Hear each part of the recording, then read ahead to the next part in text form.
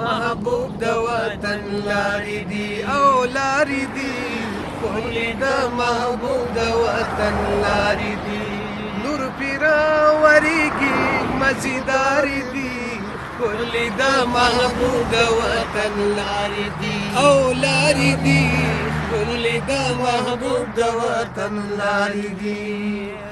حضرت جبرائیل ورته راغلی دی حضرت جبرائیل ورته راغلی دی حضرت جبرائیل ورته راغلی دی خپې ابله خپې دلته ګرځېدلی دی خپې ابله خپې دلته ګرځېدلی دی